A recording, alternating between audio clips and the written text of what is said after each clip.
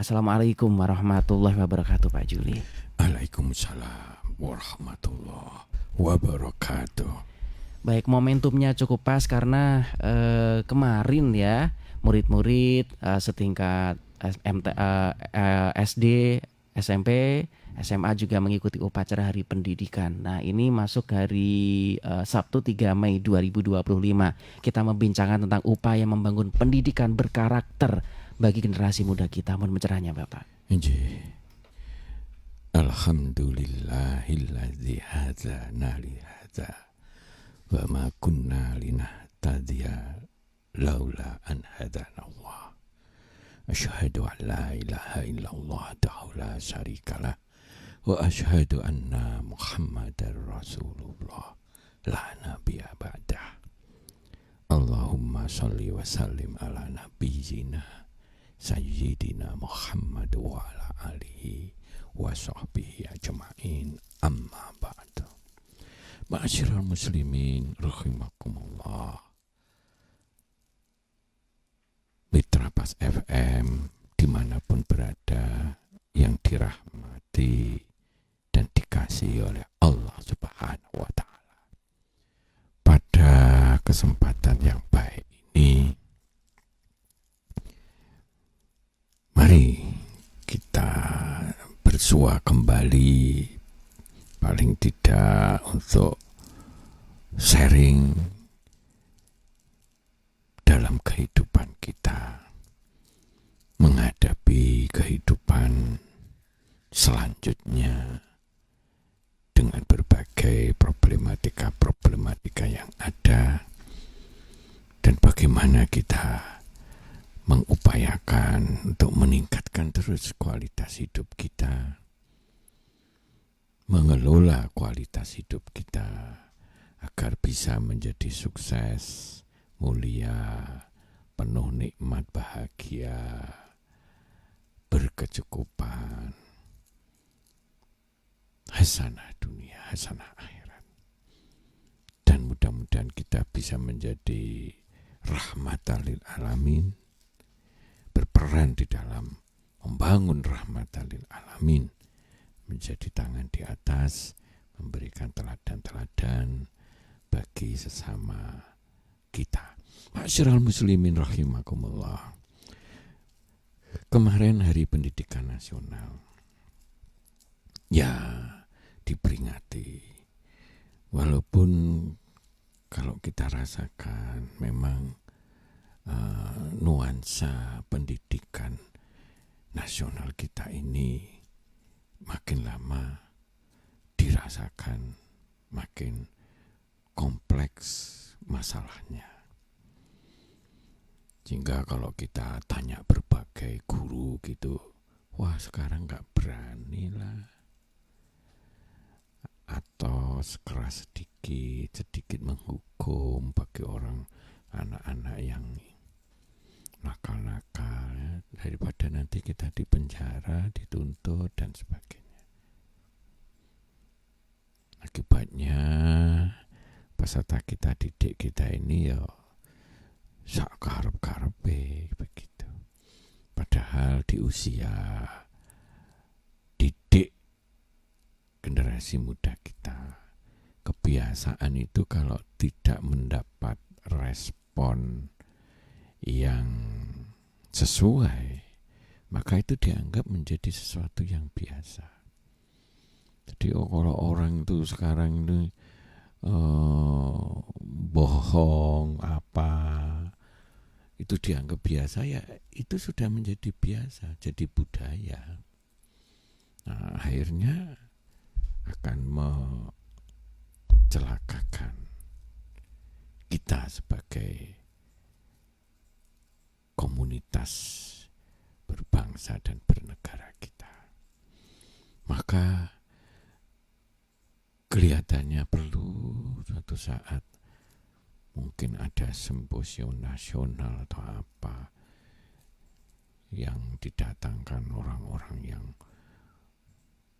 arif, bijaksana, berwawasan luas, komitmen terhadap pendidikan. Ya walaupun sudah ada Dewan Pendidikan Nasional, tapi nggak terasa biasa itu.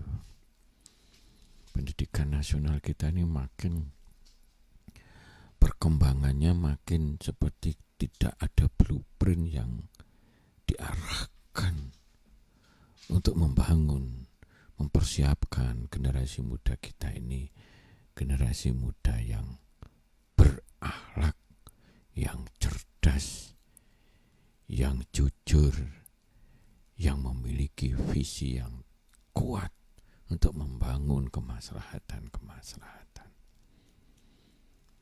Ini pengamatan kita secara objektif, karena memang tidak mudah berbenturan dengan perkembangan zaman yang makin global, teknologi yang demikian, apalagi kekuatan dakwah, kekuatan political will para elit-elit politik kita yang semakin memudar, semakin ya wis lah sekedarnya lah. Apalagi kalau dipolitisir berbagai hal dan sebagainya. Misalkan saja masalah ijazah palsu, begitu membuang energi, merusak pendidikan karakter kita. Padahal begitu mudahnya seharusnya diselesaikan. Jadi kalau masalah sekecil itu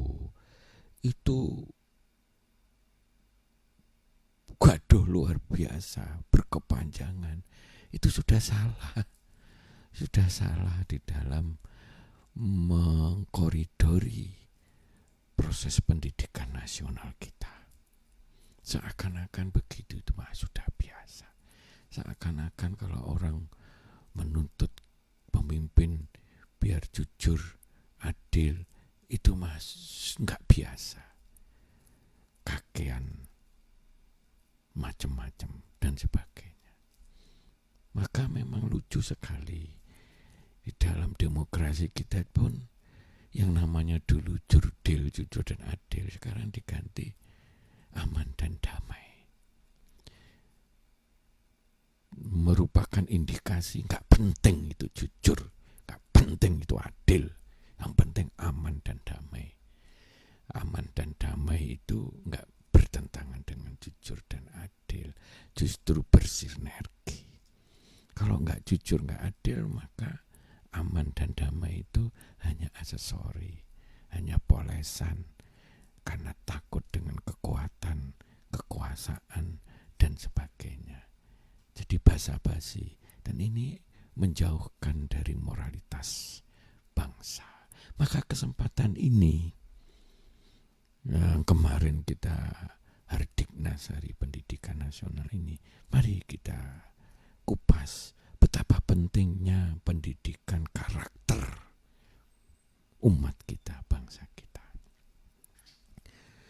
Dimulai dari mana? Seharusnya minimal ada 3 rangkaian titik kunci yang akan membangun pendidikan karakter umat atau bangsa kita ini menjadi penuh concern, penuh berdaya, dan itu secara nasional itu menjadi sesuatu yang dipenting-pentingkan menjadi sesuatu yang begitu mendasar, diperhatikan, sehingga menjadi salah satu pilar yang kokoh di antara pilar-pilar yang lain untuk membangun kehidupan berbangsa yang berkualitas, yang mencerdaskan kehidupan bangsa sesuai dengan cita-cita leluhur kita di dalam mukaddimah preambul Undang-Undang Dasar negara kita. Maka pada kesempatan ini, kalau kita lihat pondasi-pondasi negara kita ini ya baik, tapi ya Pancasila itu baik, nggak ada persoalan. Yang jadi persoalan adalah bagaimana memahami Pancasila ini sesuai dengan kaidah yang seharusnya, bukan dibikin otak-atik itu cuma kakian teori tapi prakteknya nol besar. Misalkan seperti itu. Nah, pada kesempatan yang baik ini, mari kita sadari bahwa karakter akhlak bangsa itu sesuatu hal yang sangat-sangat urgent. Bahkan di dalam Islam itu menjadi misi suci utama. Innama buistuli utammima makarimal akhlak. Aku tidak diutus kecuali untuk menyempurnakan akhlak.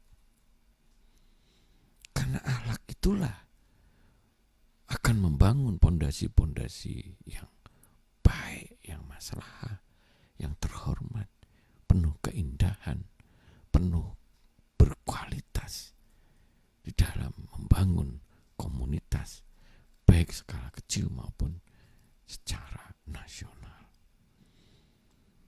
Maka kita mesti concern. Nah, yang concern itu aspek apa? Tentu aspek sistem pendidikan nasional kita. Ya gurunya, ya sekolahnya, ya blueprintnya yang update dan penuh arif bijaksana dengan melihat perkembangan yang ada. Bagaimana menciptakan blueprint sistem pendidikan nasional kita, termasuk murid-muridnya, termasuk guru-gurunya, termasuk standarisasi yang ada. Sehingga pendidikan nasional ini menjadi concern dalam berkehidupan, bernegara dan berbangsa. Yang sekarang ini rasanya seperti kayak abu-abu, wis karmu. Sehingga akhirnya timbullah ide kayak Kang Dedi, wis saiki wis sing betik-betik sing boling-boling masukkan ke barak biar dilatih orang TNI tentang kedisiplinan karakter dan sebagainya.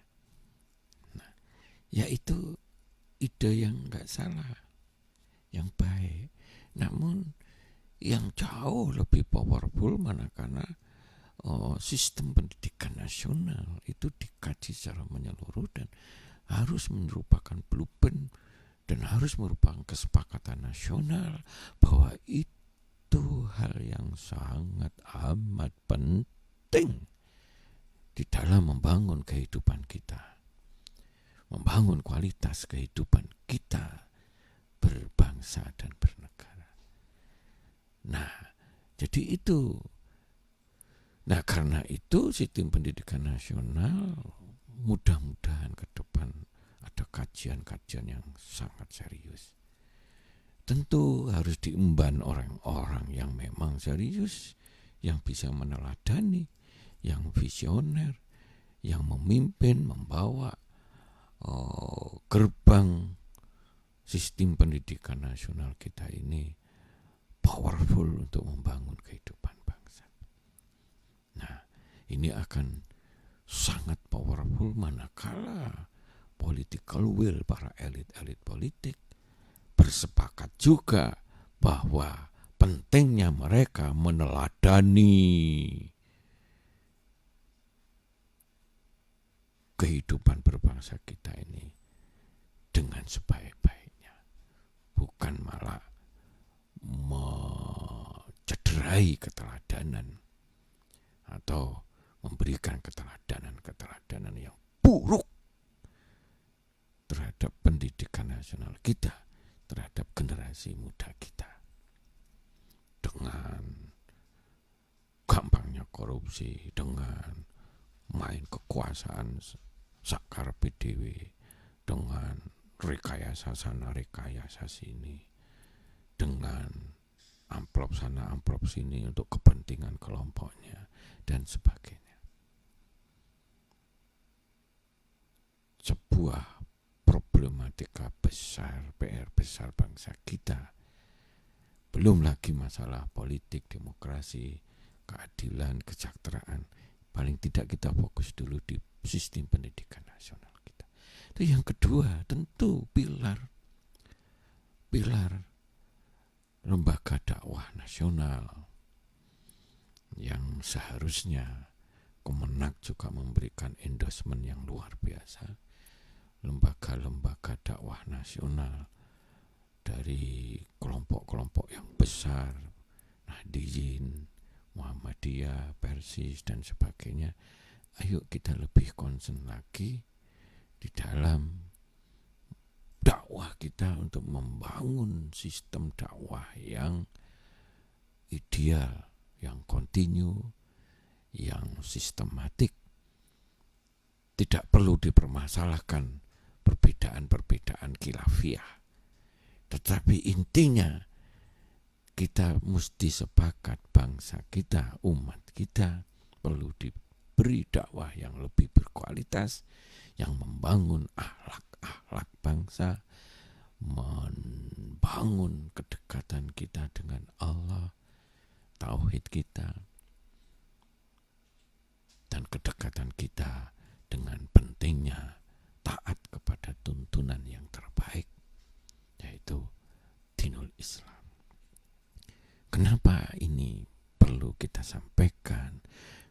Agar supaya terjadi sinergi secara nasional, ada sistem pendidikan nasional yang salah satu hal yang sangat penting adalah pendidikan karakter di dalamnya.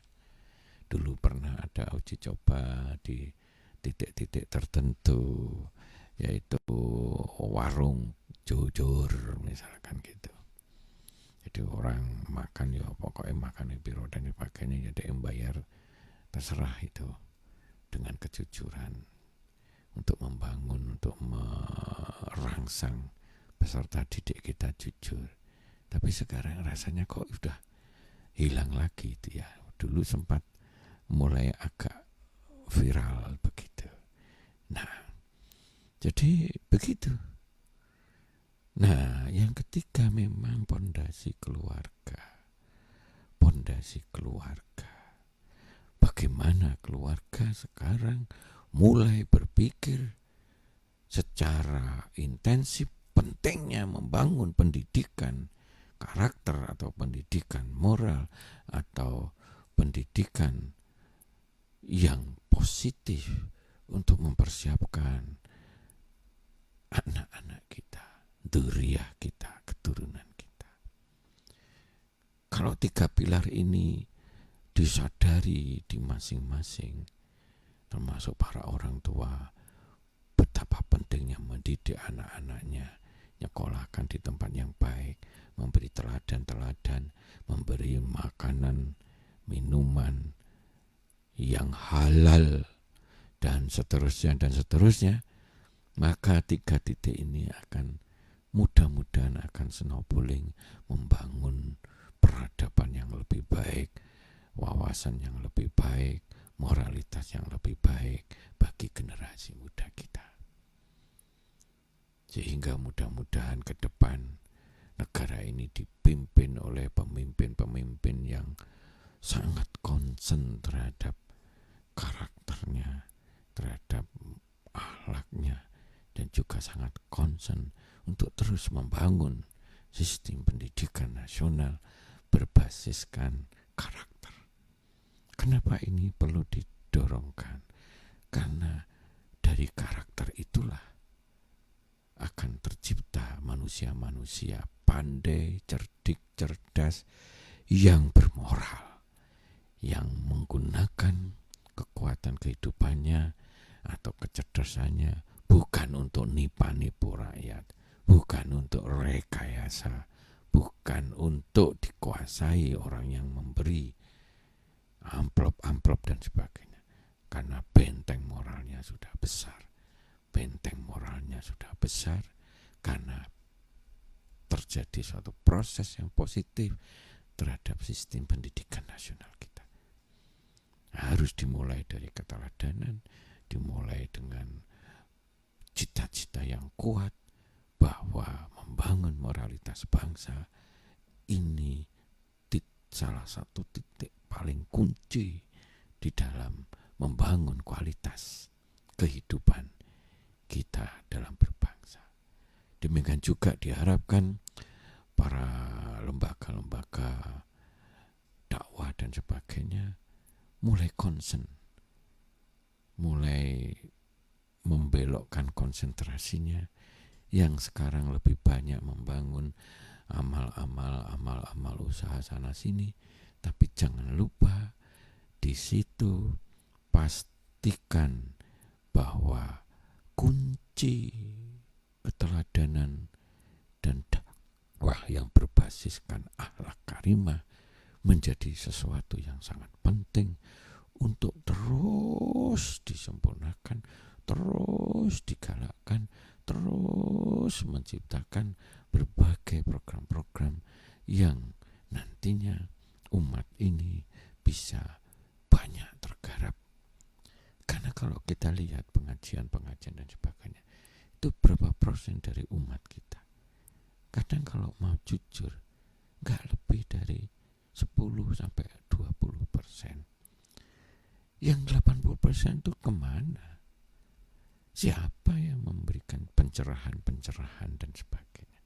Akibatnya gerusan perubahan zaman yang makin kompleks ini akhirnya seakan-akan makin lama ubud dunia lah yang menang. Pasukan setan lah yang menang. Akhlak-akhlak makin lama makin rontok. Ya itulah. Kemudian yang ketiga keluarga. Harus betul-betul sekarang jangan menggolek duit, golek kerjaan, meningkatkan jabatan dan sebagainya.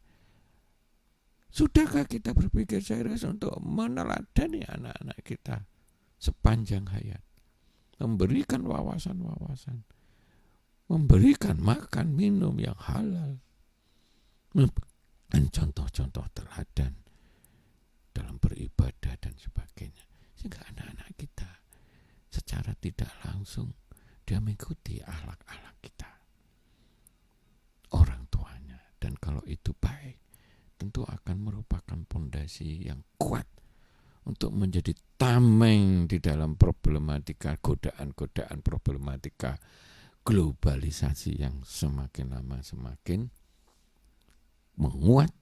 Sementara program-program pendidikan baik secara nasional maupun dalam program dakwah kita semakin melemah.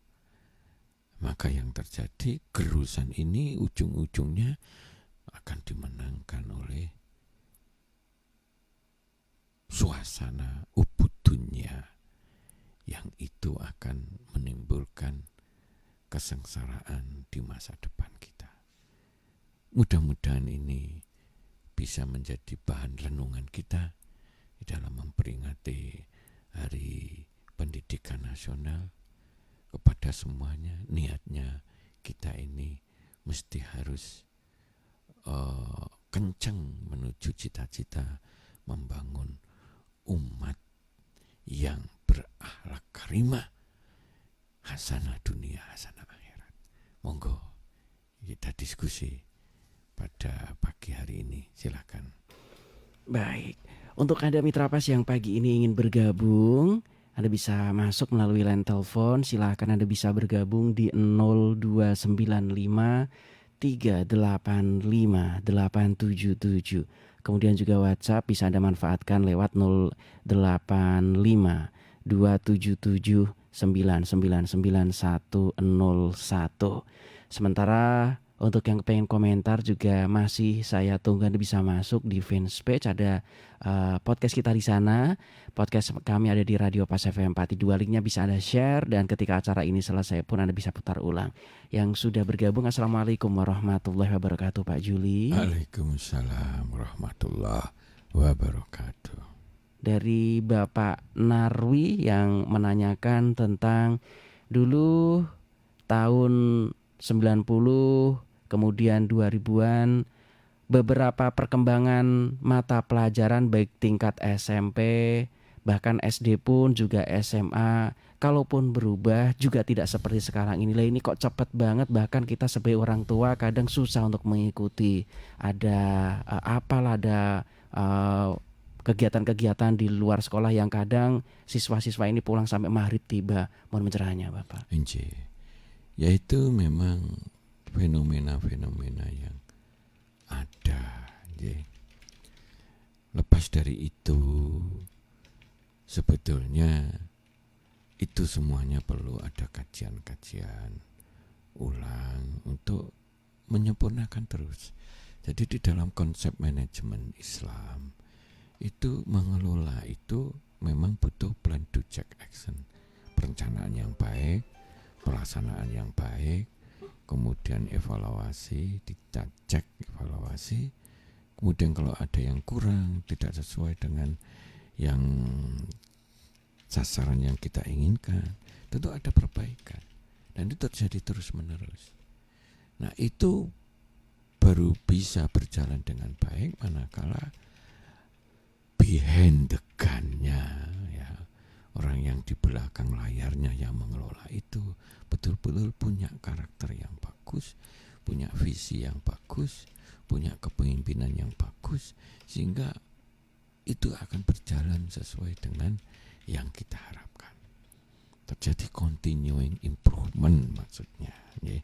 Nah, di dalam hal itu perkara masalah itu disampaikan dan sebagainya itu memang aspek komunikasi atau sosialisasi.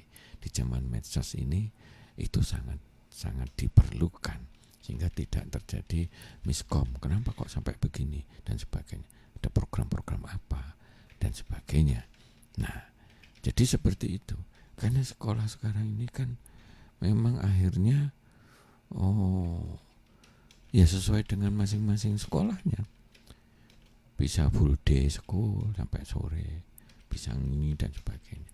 Itu semuanya perlu kajian-kajian untuk akhirnya dibuat suatu koridor-koridor yang paling ideal untuk kehidupan kita saat ini, terutama peserta didik kita begitu. Karena memang kalau semua kita keluarga itu untuk mendidik anak-anak generasi muda itu ya begitu beratnya, karena mereka tidak punya kemampuan yang cukup memadai, selain memang sudah disibukkan dengan kesibukan sehari-hari mencari uang, mencari bekerja dan sebagainya. Jadi memang 3 titik ini penting. Ya, keluarga harus jangan disibukkan pekerjaan tapi lupa seakan-akan 100% itu urusan sekolah. Salah itu. Nah, juga di dalam sekolah ini juga kalau bisa betul-betul mampu bersinergi untuk memberikan perbaikan-perbaikan karakternya. Selain masalah ilmu dasar yang diberikan sesuai dengan jenjang sekolahnya. Nah, ilmu logika itu banyak diwujudkan dengan matematika, ilmu sosial banyak diwujudkan dengan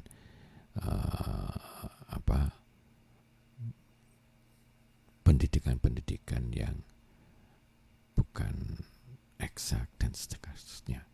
Nah, jadi itu butuh keseimbangan. Nah, ditambah lagi dalam membangun akhlak bangsa ini, yaitu lembaga-lembaga dakwah, kementerian yang mengurusi itu, Kemenak misalkan kayak gitu.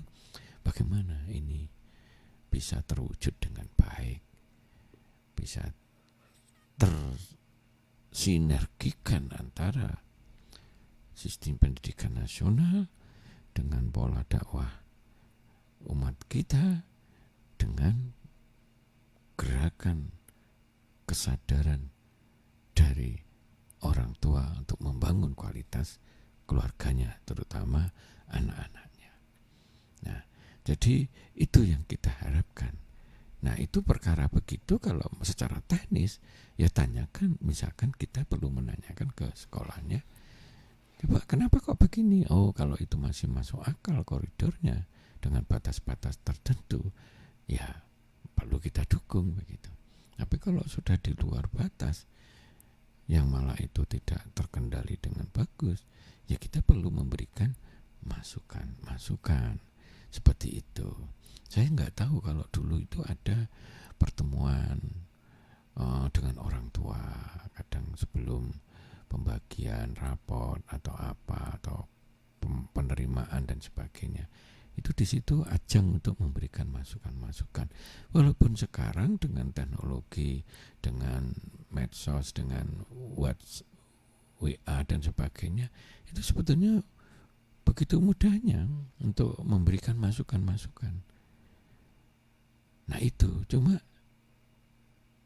mau peduli nggak kita begitu. Nah kadang-kadang nuansa nasional, nuansa budaya nasional yang tidak mampu membangun semangat di dalam membangun kualitas bangsa ini, itu membuat banyak titik, banyak kekuatan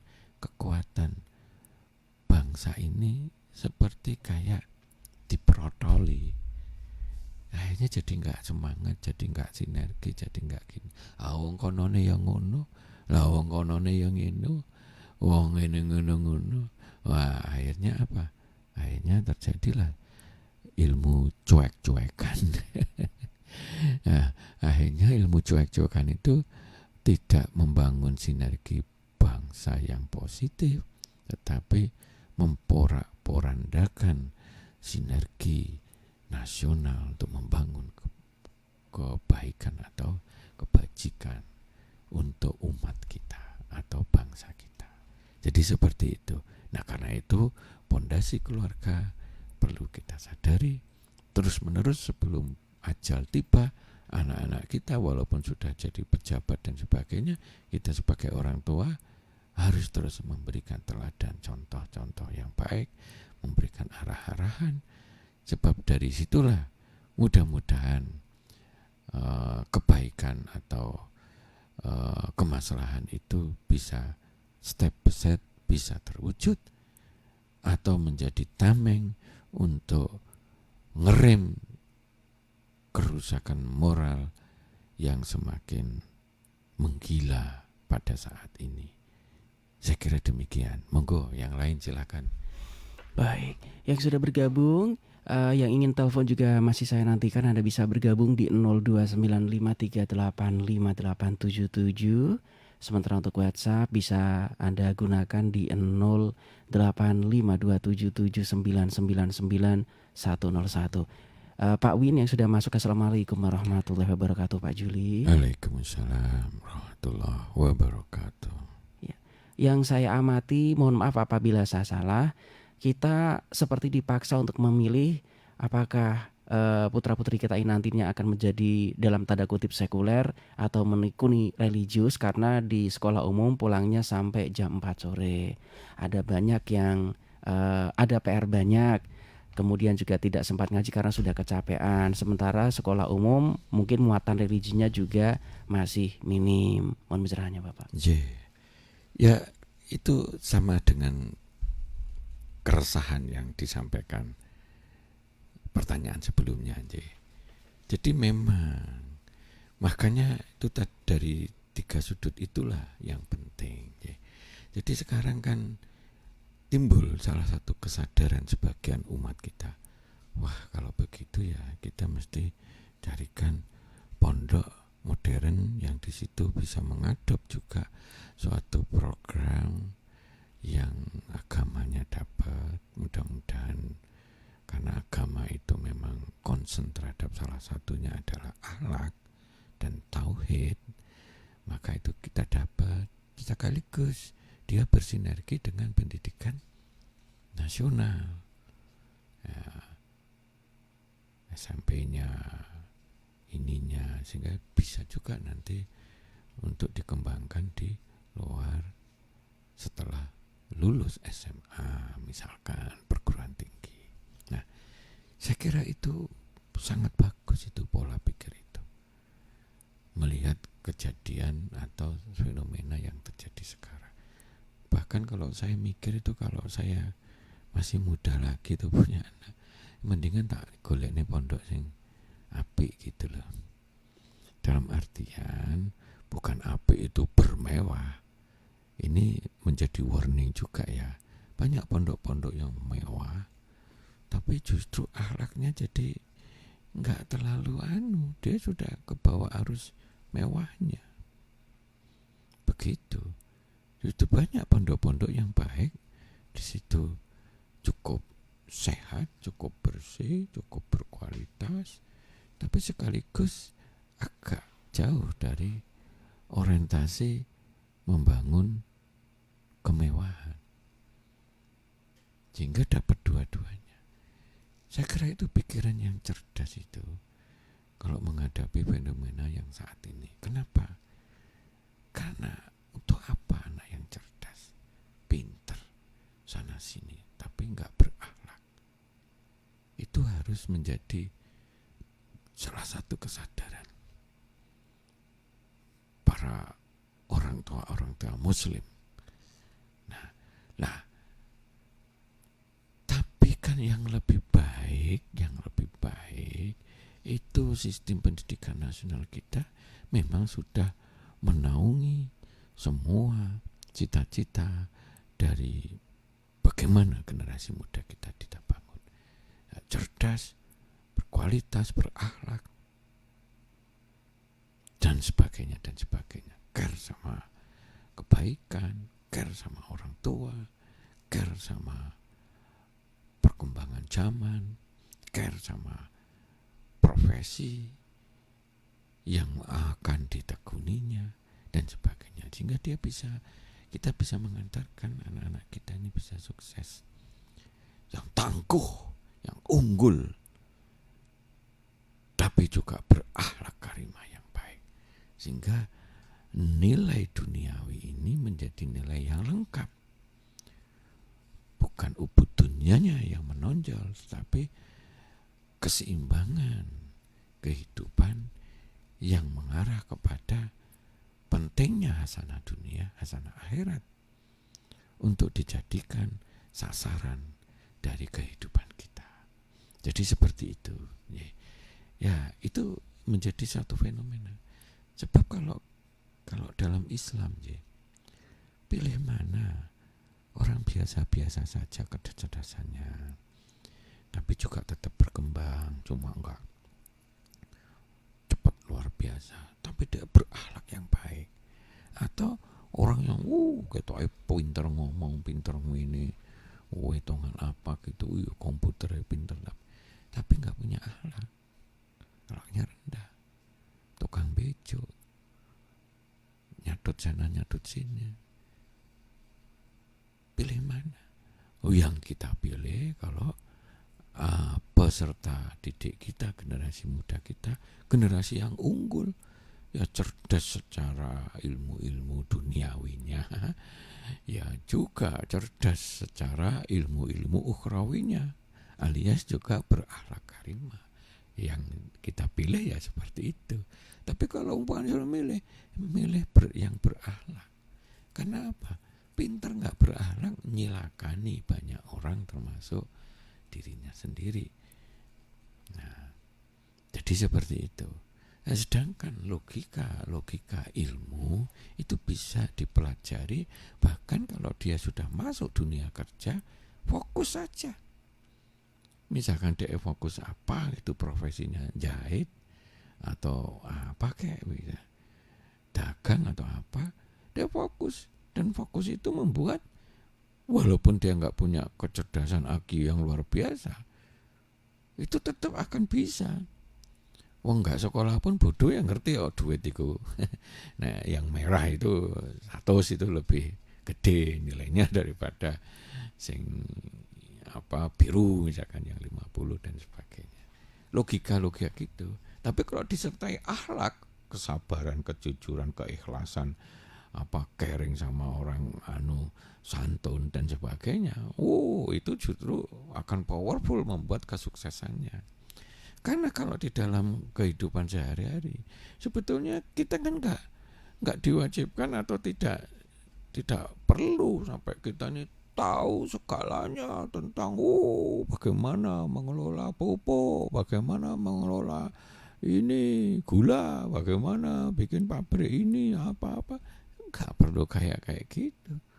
Fokus aja ke beberapa titik tertentu, ya tekuni dengan sepenuh hati, insya Allah akan berkembang. Karena logika manusia ini luar biasa. Sak bodoh-bodohnya orang itu sebetulnya otaknya itu masih begitu banyaknya bisa dikembangkan. Andaikan orang itu bodoh gitu. Karena apa? Karena otak itu luar biasa sekali. Asalkan dia sadar menekuninya. Mungkin dia lambat berkembang. Tetapi kalau disertai akhlak yang benar, yang sabar, yang jihadnya tinggi, maka dia akan sukses juga di dalam kehidupannya. Karena nggak butuh orang itu ahli kelautan, ahli engineering, ahli apa, bersatu dalam dirinya, malah nggak karu-karuan itu. Fokus saja terhadap beberapa titik. Yang penting iso ngitung tambah-tambahan sama poro sama kali gitu. Nggak perlu dia mengharuskan diri untuk saya akan pelajari matematika sampai sinus, kosinus, sampai limit dan sebagainya untuk jadi hebat. Nggak perlu. Dalam kehidupannya yang kita perlukan pokoknya ngerti tambah-tambahan, ngerti kurang-kurangan, ngerti bagi-bagian, ngerti yang namanya peng-pengan gitu. Ya sudah bisa ngitung itu dalam kehidupan. Jadi begitulah. Nah, itu hanya sharing kita aja. Mungkin hanya untuk saling mengisi begitu. Monggo yang lain kalau masih ada. Baik, kita sudah di penghujung acara Bapak. Sebelum kita closing, mungkin ada beberapa poin penting yang ingin Anda sampaikan. Anjay. Masyarakat muslimin rahimakumullah. Mari kita minimal sadari diri kita untuk membangun di dalam keluarga kita, untuk membangun di lembaga dakwah kita, untuk membangun di lingkungan pekerjaan kita. Untuk bagaimana proses pendidikan karakter pada diri kita, keluarga kita, pada anak-anak kita, pada generasi-generasi penerus kita, untuk betul-betul kita concern dan memang menyadari betapa pentingnya membangun karakter generasi muda kita, betapa pentingnya agar supaya kehidupan ke depan bisa lebih baik, lebih berkualitas, bisa lebih bernilai, bukan hanya nilai kekayaan saja atau jabatan atau apa, tapi nilai-nilai kehidupan secara kemanusiaan yang adil, yang beradab, yang santun, yang bijaksana, yang care terhadap masalah-masalah sosial dan sebagainya, sehingga akan menimbulkan kemaslahatan yang mana itu menjadi bagian yang dituntunkan oleh tuntunan kita Islam. Mari kita beriman, beramal soleh, membangun kemaslahatan wala khaufun alaihim wala hum yahzanun, dan akan membangun kita untuk mendapatkan reward yang terbaik, yaitu surga. Mudah-mudahan bermanfaat. Wabillahi taufik wal hidayah. Wassalamualaikum warahmatullahi wabarakatuh. Waalaikumsalam warahmatullahi wabarakatuh. Terima kasih untuk Anda yang sudah bergabung Mitra Pas, dan Anda bisa menyimak kembali kajian manajemen Islam hadir setiap hari Sabtu dari pukul 5 hingga pukul 6. Terima kasih untuk kebersamaan Anda. Saya Arya Arifani beserta kerabat kerja Radio Pas FM Pati mohon pamit. Informasi Pas FM pasti. Wassalamualaikum.